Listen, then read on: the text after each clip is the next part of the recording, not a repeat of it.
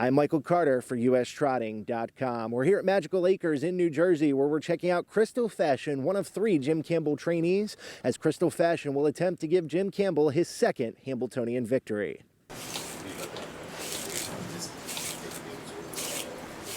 Now, Jim, kind of talk to us about how Crystal is training going into the Hambletonian.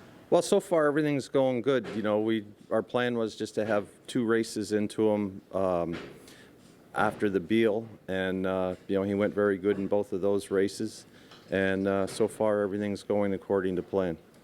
He showed the week before, you know, he almost beat Manchego, and you know, I think the thing that got lost in that, he got shuffled back to last, and you know, we were very lucky to get in the final because of breaking horse, kind of scattered horses in the outer tier, which enabled us to get him off the rail and have him move up. But you know, he was charging at the wire. He's pretty laid back. But like you say, he's a little worried now because this is not his regular routine. Right. What would it mean to bring another horse to the winner's circle on Saturday?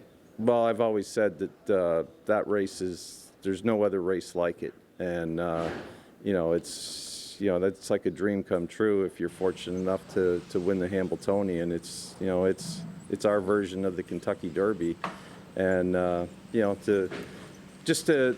it's an exciting race to be in it, prepping horses for it. You know, I've been in it a few different times since Tagliabue, and you know, that's what we do this for. We do this to try to get to races like that. So he's a little unique. He doesn't like to be messed with too much. He's kind of a lazy horse on the track. He takes very, very good care of himself. He couldn't care less about training, jogging, or anything like that. But he does know how to race, and that's the most important thing. He's light on his feet. He's got a very good gait. He doesn't travel like a big, heavy horse. He really gets over the ground good. And, you know, this year being bigger and stronger just helps him carry his speed further.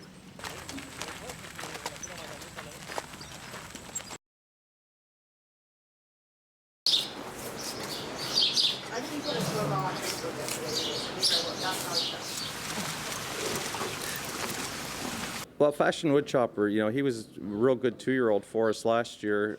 He's had a few issues this year, but his last race at the Meadowlands was what I thought was his best race, and Dave Miller thought so too, that he's gone this year. You know, he's got a lot of speed. You know, he's got the ability, if everything kind of works his way for him.